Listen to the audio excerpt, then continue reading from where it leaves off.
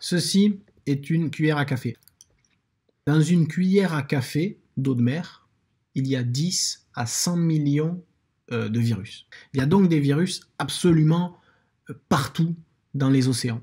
En lisant un article publié dans La Recherche il y a quelques années, publié par Sébastien Personic, j'ai compris cette hypothèse des virus comme régulateurs et peut-être même garants d'un certain niveau de biodiversité. Il y a un exemple très simple qui est la prolifération saisonnière de plancton. Par exemple, dans la Manche, il y a une cyanobactérie qui régulièrement a tout à coup des proliférations qui pourraient tout dévaster parce qu'elles produisent du CO2, parce qu'elles peuvent tout asphyxier sur leur passage et faire s'effondrer globalement la biodiversité. Et bien chaque fois qu'il y a une prolifération de cette cyanobactérie, dans les heures, les jours qui suivent, il y a aussi une prolifération de virus qui viennent détruire cette cyanobactérie. Il ne faut pas voir le virus comme un organisme qui aurait une volonté de se reproduire ou de proliférer. Le virus ne peut proliférer que par la prolifération de son hôte.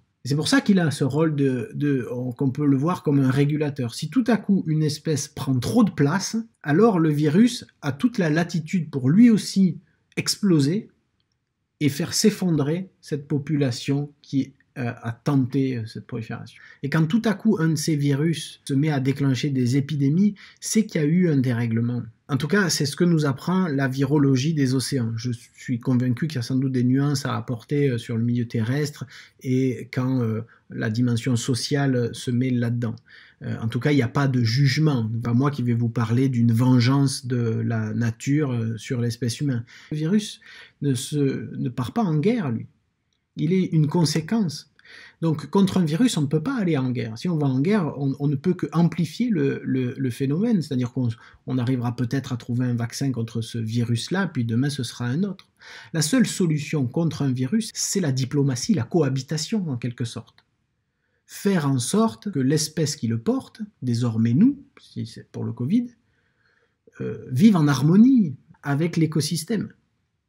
Vivre avec son écosystème et pas penser qu'on peut être en dehors. Ce genre de crise sanitaire nous montre que nous restons une espèce vulnérable comme les autres.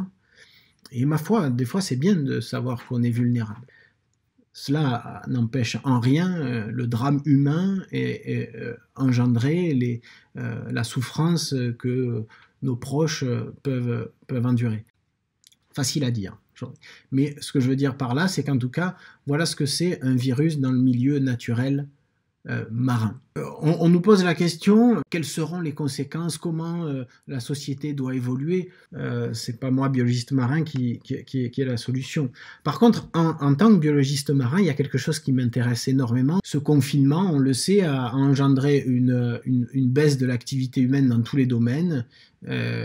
Et on l'entend dire la biodiversité revient comme elle n'est jamais revenue. Mais c'est souvent qu'un ressenti. Nous allons, Andromède Océanologie, en association avec Spygen, avec l'Université de Montpellier, avec le soutien de l'Agence de l'eau et de plusieurs de nos partenaires habituels, on se lance dès la semaine prochaine, grâce aux autorisations de la préfecture maritime, dans une mission en Méditerranée sur des sites que l'on connaît bien, que l'on étudie depuis bientôt 15 ans, parce que vous savez, en écologie, la seule chose qu'on sait bien faire, c'est comparer.